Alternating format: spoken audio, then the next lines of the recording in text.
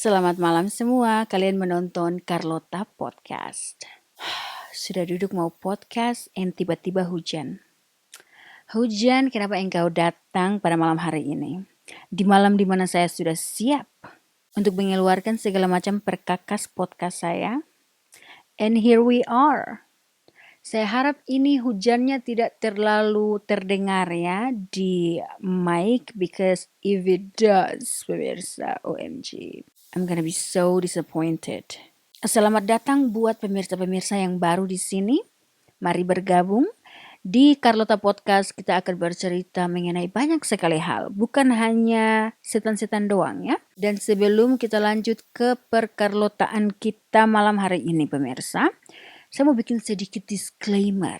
Waktu lalu saya upload video di TikTok, and banyak sekali penonton di situ, 5 juta lebih. Wow. Now, satu hal yang saya tangkap di situ yaitu, kenapa berceritanya bertele-tele? Kenapa tidak lanjut saja ke perkara, ke permasalahan? Ini ceritanya kayak muter-muter terus, tidak sampai-sampai gitu loh. Pertama dan terutama saya mau menjelaskan di sini yaitu ini adalah podcast ya, podcast.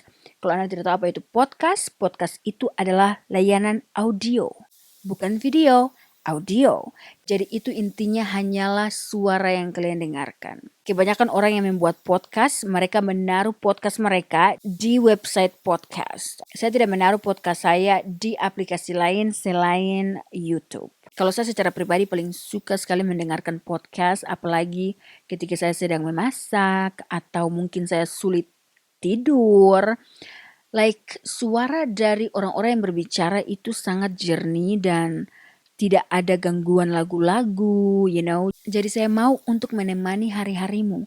Mungkin di sini ada yang lagi makan siang, mungkin ada yang lagi memasak, lagi cuci baju, lagi jaga warung pemirsa. Gambaran dari podcast ini kebanyakan orang mereka baca dari handphone atau dari tablet. Mereka tidak selalu melihat ke kamera.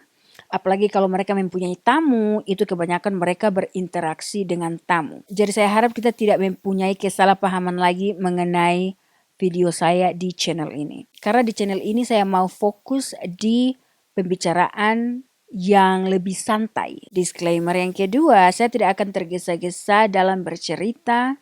Saya akan take my time, saya akan bicara pelan-pelan karena fokus dari podcast yaitu again audio. Kebanyakan kalau saya bicara cepat-cepat di vlog, itu ada yang komentar, aduh bicaranya tuh pelan-pelan dikit kenapa sih? Disclaimer yang ketiga, saya akan memakai dua bahasa.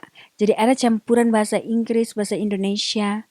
Jangan Anda mempertanyakan, aduh kenapa sih bicaranya itu biasa aja kali? Kenapa pakai bahasa Inggris sih? Kenapa begini sih? Kenapa begitu sih? Jangan engkau samakan saya dengan pembawa-pembawa cerita yang lain karena kita mempunyai ciri khasnya masing-masing. Saya mempunyai ciri khas sendiri. Why do you want me to be like them? I do not want to be like them. I want to be me. So please deh. Saya melihat ada satu orang Indonesia yang membuat podcast. Dia punya podcast by the way, semuanya bahasa Inggris. Sedangkan tamunya saja yang dia undang pakai bahasa Inggris semuanya, padahal orang Indonesia. Terus saya yang campur Indonesia, Inggris, Manado, Bitung, Maluku. Kenapa Anda komentar di sini? Mungkin saya mau ingatkan lagi kepada Anda bahwa Indonesia itu mempunyai lebih dari 11.000 pulau. Satu pulau mempunyai budayanya sendiri, bahasanya sendiri, dialeknya sendiri. Saya lahirnya di Halmahera, dibesarkan di Ternate, Bitung, Manado. Dan sekarang tinggal di Inggris, Amerika. Tentu saja saya punya logat akan tercampur-campur. Also, kita di bagian Maluku sana itu kita tidak bercerita seperti kalian-kalian yang di bagian Jakarta sana ya. Kita punya bahasa itu tidak seperti kalian yang sangat gampangnya mengatakan lo gue. Kita itu tidak terbiasa dengan bercerita lo gue ya. Jadi saya tidak akan memakai lo gue. Kalau Anda mau menonton yang lo gue, silakan pergi ke channel yang lain. Dan jangan ke sini. Saya tahu bahasa saya itu agak sedikit ke Google Translation ya. Kalau Anda mengikuti saya sudah lama di channel vlog saya. Dan kalau Anda perhatikan cara bahasa Indonesia saya itu seperti kayak Anda dari bahasa Inggris dan Anda translate ke bahasa Indonesia. Jadi please jangan Anda tanyakan kepada saya kenapa saya punya cara bercerita seperti begini ya. Now without further ado, pemirsa, let's go ahead and jump into our story for today. Malam hari ini kita akan bercerita mengenai firasat atau insting, pemirsa. Now firasat atau insting ini adalah pikiran bawah sadar kita yang telah mengambil lebih banyak informasi tentang bahaya yang secara logika itu belum kita sadari sama sekali. Insting ini kuat dan dapat diandalkan. Dengarkanlah itu insting walaupun kadang-kadang kita tidak memahami gambaran lengkapnya itu apa. Kecuali Anda sudah didiagnosis paranoia. Karena tubuh dan pikiran kita itu tidak akan memberikan peringatan acak tanpa ada alasan. Percayalah kepada insting Anda karena itu tidak pernah salah. Ini mengingatkan saya akan perbincangan saya dengan suami. Seringkali kita bercerita seperti begini ya. Kadang-kadang saya menceritakan mimpi saya kepada dia. Dia bilang kepada saya bahwa itu karena ruang bawah sadar saya itu memikirkan hal tersebut sebelum otak saya tahu. Atau bagaimana tahu pemirsa. Pokoknya dia sangat mengetahui ya hal-hal seperti begitu. Saya sih tidak berpikir seperti dia. Kebanyakan saya itu kan dari Indonesia ya. Kita itu selalu percaya dengan tahyul-tahyul dan arti-arti mimpi dan segala macam. Kalau di mimpi gigi saya jatuh, oke gigi mana yang jatuh? Gigi atas atau gigi bawah? Gigi belakang atau gigi depan? Itu artinya semuanya berbeda. Oh, kalau gigi atas itu ada keluarga yang mau meninggal. Oh, kalau gigi bawah itu begini dan begitu. Kita di Indonesia seperti begitu. Tapi kalau di sini itu kayak science, pemirsa ya. And I know it's true. Okay, I know. Don't come for me. Don't come. I know di luar negeri itu apa-apa science. Apa-apa science. Cuma saya pikir bahwa percayalah kita punya insting ya. Karena kebanyakan memang insting kita itu benar. Kayak ada hati kecil Anda yang berkata bahwa oh jangan pergi, jangan pergi. And Anda tidak pergi. Dan tiba-tiba Anda mendengar berita bahwa hal buruk terjadi di tempat yang seharusnya Anda pergi. Dengar insting itu pemirsa. Saya sudah mengalami hal-hal seperti begini dari saya kecil. And I am so glad. Sangat bangga sekali dengan diri saya bahwa saya selalu mendengar insting saya dan tidak langsung terpuruk dalam satu perasaan dalam suasana yang tidak menyenangkan saat itu yang mau membuat saya mengambil keputusan yang tidak bagus. I hope that makes sense. Di perkarotaan kita kali ini saya hanya akan membicarakan sekitaran 3 atau 4 kisah ya. Jadi ini semuanya kisah nyata pemirsa. Diambil dari individual dari berbagai macam sumber. Cerita yang pertama datang dari Nicole. Jadi suatu hari Nicole ini merasa kurang enak badan. Seperti kayak ada beban berat begitu ya. Hatinya itu kayak terasa berat dan gelap. Nah ini salah satu rekan kerja Nicole itu dia perhatikan. So dia bertanya kepada Nicole, hey apakah Anda baik-baik saja?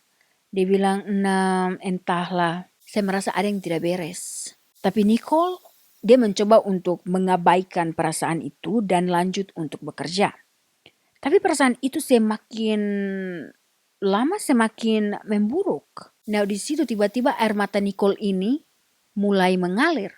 Dia tidak bisa menjelaskan kenapa sampai dia bisa menangis. Nah saat itu dia sudah mulai khawatir. Jadi dia mengambil HP-nya dan telepon suaminya untuk periksa saja ya. Mau tanya apakah dia baik-baik saja atau tidak. Namun tidak ada jawaban sama sekali. Nah dia telepon lagi. Tapi tidak ada jawabannya juga. Dia telepon lagi dan lagi dan lagi, tetap saja tidak ada jawaban. Beberapa menit kemudian, teman kerja Nicole bergegas datang kepada Nicole dan mengatakan kepada Nicole bahwa ada penembakan di sekolah SMP di kota sebelah. Now ini langsung masuk ke semua berita pemirsa di Amerika. Suami Nicole adalah fotografer. Nah, kebanyakan ini fotografer mereka sering dipanggil ke sekolah untuk mengambil foto anak-anak sekolah. Nicole ini sudah mulai merasa sangat khawatir sekali karena di hari itu adalah jadwal suaminya untuk pergi mengambil foto di sekolah. Pemirsa, Nicole dia sangat panik sekali. Nicole telepon lagi suaminya. Tidak ada lagi pemirsa jawaban. Who is not going to be very scared? You know what I'm saying? Nicole telepon dan telepon dan telepon, tidak ada jawaban. 30 menit berlalu, akhirnya Nicole ditelepon suaminya dan mengatakan bahwa dia minta maaf karena tidak ada signal pemirsa di dalam bangunannya. Jadi dia harus keluar dan mencari signal di luar. Dan di situ dia bilang bahwa dia tidak berada di sekolah SMP di mana terjadinya penembakan tersebut. Dia lagi berada di sekolah SMA yang berposisi saat itu di samping sekolah SMP tersebut pemirsa. Oh my. Suami Nicole mengatakan kepadanya, jangan dia pergi ke sekolah tersebut karena banyak sekali, by the way, banyak sekali orang-orang tua yang bergegas untuk mengambil anak-anak mereka. I don't know if you know pemirsa, but di Amerika itu sangat terkenal sekali dengan piu-piu di sekolah. Suaminya juga mengatakan bahwa banyak sekali orang yang terluka, namun thank God tidak ada yang meninggal sama sekali. Nicole sangat bersyukur sekali bahwa suaminya dan semua murid-murid baik-baik saja ya. Dan sampai hari ini dia masih tidak dapat menjelaskan perasaan tersebut. Apa yang Nicole alami pada hari itu sampai sekarang kayak dia tidak bisa menjelaskannya sama sekali. Menurut Nicole, dia tidak pernah merasakan hal seperti begitu sebelumnya. It's very aneh pemirsa ya, weird. Cerita selanjutnya ini datang dari Edward. Sekitar 15 tahun lalu, Edward tinggal bersama ibunya di apartemen yang punya 2 kamar tidur yang memiliki 3 lantai. Setiap malam, Edward berjalan ke toko kecil. Kalau kita di Indonesia mungkin warung ya. Hanya di samping, tempat di mana kita tinggal. Setiap malam Edward pergi berjalan ke toko kecil untuk membeli cemilan. Dan pada satu malam, ketika dia sudah selesai memakai sepatu dan sebelum dia melangkah keluar pintu rumah, ada tiba-tiba perasaan dan pikiran yang mengatakan bahwa jangan engkau pergi. Saat itu sudah sekitar jam 8 malam. Dan toko tersebut tutup jam 8.45 sampai jam 9 malam. So Edward ini dia merasa kesal. Kalau kita di Manado bilang kayak pesoe lah semua tutup dorang. Edward ini merasa kesal karena toko itu akan segera tutup. Dan ada sesuatu dalam diri Edward ini yang berteriak. Jangan pergi. Jangan pergi dan jangan pergi. Now Edward memutuskan untuk melepas sepatu dan tidak mau lagi untuk pergi. Now paginya Edward menonton berita dan kasir di toko yang tadi malamnya itu Edward bermaksud untuk pergi, kasirnya di piu-piu wafat. Hal itu terjadi karena adanya perampokan pada jam 8.20 malam. Dan Edward merasa bahwa mendekati jam tersebut, ada perasaan Edward yang memang mengatakan bahwa jangan pergi ke toko tersebut. Jadi sekali lagi, percayalah pada insting Anda karena Anda tidak pernah tahu apa yang Anda lindungi dari diri Anda sendiri. Very, very lucky. Ini cerita terakhir yang saya pikir sangat membuat bulu-bulu kuduk saya berdiri ya. Ini datang dari Kesha. Beberapa waktu lalu, Kesha dan saudara perempuannya ini bekerja di hotel yang sama. Saudaranya adalah seorang koki dan Kesha ini adalah seorang petugas. Mereka bekerja di area bangunan yang berbeda. Mereka berdua sudah mengatur bahwa ketika pulang kerja nanti itu mereka mau naik bus khusus staff. Jadi Kesha ini akan naik kendaraan umum dari tempat dia kerja ke tempat adiknya dan setelah itu mereka akan naik bus sama-sama pulang ke rumah. Kendaraan yang mau dinaiki Kesha ini terlambat datang. Jadi itu membuat Kesha terlambat untuk naik bus bersama adiknya. Now adik Kesha sudah berada di dalam bus. Kesha ditelepon dan dia bilang bahwa jangan engkau pergi meninggalkan diri saya sendiri karena saya tidak mau pulang sendirian. So akhirnya adiknya keluar dari bus tersebut. Now Kesha mempunyai perasaan yang cemas dan gugup dan dia tidak bisa menghilangkan perasaan itu. Tidak tahu kenapa ya. Kayak you know something is going to happen but you don't know at the same time. Now Kesha tidak bisa menghilangkan perasaan itu sama sekali ya. So mereka berdua lanjut. Akhirnya naik bus berikutnya. Now dalam perjalanan pulang, mereka melewati satu bus yang berada dalam keadaan sudah rusak. Baru saja kecelakaan. Nah, bus ini adalah bus yang sebenarnya dinaiki adik Kesha tadi. Ada beberapa orang yang terluka, namun ada satu orang yang meninggal dan posisi orang yang meninggal tersebut, dia duduk di kursi di mana adiknya Kesha tadi duduk. Kalau Kesha tidak mengatakan adiknya untuk turun tadi, mungkin yang akan meninggal pada malam hari itu adalah adiknya Kesha. Cuma karena ada perasaan yang tidak enak di hati Kesha, ada firasat yang membuat Kesha gelisah pada malam hari itu, sampai dia paksa adiknya untuk keluar, literally save her life. It's very hard to explain the feeling, you know. Kalau menurut saya pemirsa, lebih baik untuk menghindari sesuatu daripada mengobatinya nanti. Because kalau Anda mau mengobatinya nanti itu sudah ada luka, ya. Saya pikir sangat penting sekali untuk kita, terutama yang wanita ya, kalau mau pergi kemana-mana, itu selalu percaya Anda punya insting. You never know what is going to happen 2 minutes from now. Ini cerita kita sudah selesai hari ini. Namun saya mempunyai satu pengalaman yang saya pikir saya mau share. Saya pikir saya sudah pernah share ini di vlog. But of course not everybody here following me on my vlog channel. Ini adalah salah satu pengalaman yang saya pikir banyak sekali terulang di dalam kehidupan saya. Namun selalu saja saya mempunyai satu insting yang sangat kuat pemirsa. Saya tidak akan mengabaikan insting saya. Nah, cerita ini terjadi di kehidupan saya pribadi. Dan waktu itu saya baru saja melahirkan anak saya yang kedua, Rachel. Anjing saya huskies. Saya mempunyai ada sekitaran 3 huskies. Dan waktu itu mereka melarikan diri. And you know husky. Kalau Anda mempunyai husky, you know how smart they are. So for some reason, mereka melarikan diri. And I have to find them. So saya pergi lari di sekitaran neighborhood, pertetanggaan. And saya berteriak, Shadow, Shadow, Ronan, oh belum ada Ronan, sorry. Willow, Willow. Cari, tidak dapat. So saya pikir, you know what, saya mau pergi berjalan di depan jalan sana. Karena tidak terlalu jauh sama sekali dari perumahan kita ya. Saya pergi ke jalan raya, naik ke atas ke bawah, ke atas ke bawah. Tidak terlalu lama saya di situ ya. But ada satu mobil yang perhatikan saya. So saya berteriak, Shadow, Shadow. Saya berteriak sampai saya punya suara sakit. Saya tidak punya toa waktu itu. I wish saya mempunyai toa. Kalian tahu toa? Itu yang speaker. Kita bilang toa. Toa bahasa Indonesia atau whatever, okay? Whatever. Saya turun naik. Dan saya sudah capek. Dan ini panas banget. Ini Texas. So super duper panas. Saya turun naik, berteriak nama-nama mereka. Tidak ada jawaban sama sekali, tidak ada anjing yang datang kepada saya. Dan saya harus pulang ke rumah dengan secepatnya karena anak saya lagi tidur siang. Dan di luar negeri itu Anda tidak bisa kasih tinggal anak Anda sendirian di rumah. Walaupun, saya tidak pergi jauh, but anything can happen to me. Jadi ada satu mobil yang stop di samping saya dan mengatakan kepada saya apakah saya butuh bantuan.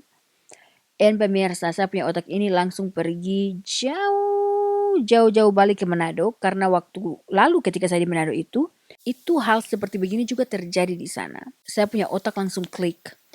Nah, lelaki tersebut sekitaran umur 40-50 tahun. Dia tanya kepada saya, apakah saya membutuhkan bantuan?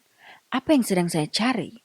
So saya bilang, oh anjing saya melarikan diri, mereka husky. And you know how husky is. I know mungkin orang tersebut mempunyai hati yang baik.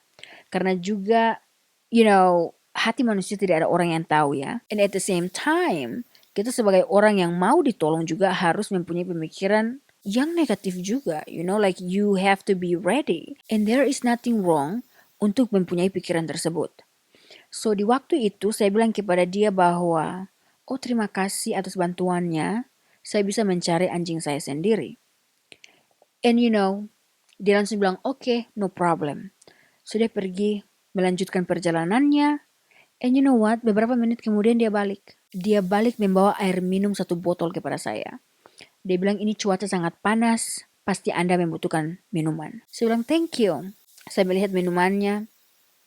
Oke, terlihat belum terbuka sama sekali. terlihat tidak ada yang meleleh. So I think it's fine. Karena minuman kalau Anda baru beli kan, kalau Anda mau buka, kayak Anda bisa mengetahui, kayak dia ada klik gitu loh ya. In that moment, saya langsung pulang ke rumah dengan cepat-cepat. Perasaan saya kayak tidak enak begitu ya. Ketika saya pulang ke rumah, saya rasa tegang. Saya berpikir bahwa begini, can you imagine tadi kalau saya masuk ke dalam mobil tersebut, and there is nobody di dalam mobil tersebut, kecuali bapak itu dengan saya. Now again, walaupun bapak itu mempunyai niat yang baik, but you just never know.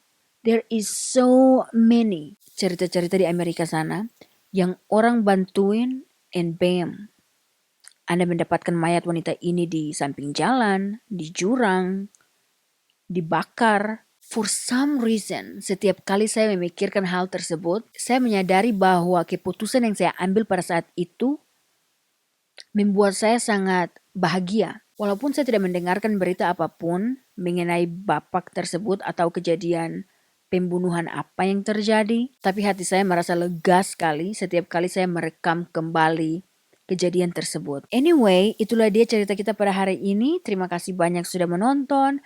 Saya harap di Carlota Podcast kali ini kita bisa mengambil sesuatu yang bagus dari cerita-cerita ini. Dan terima kasih banyak buat kalian-kalian semua yang sudah meluangkan waktu kalian untuk bisa duduk santai dan mendengarkan Carlota Podcast. Kita ketemu lagi di video podcast selanjutnya. Dan I hope you have a good day. Bye-bye.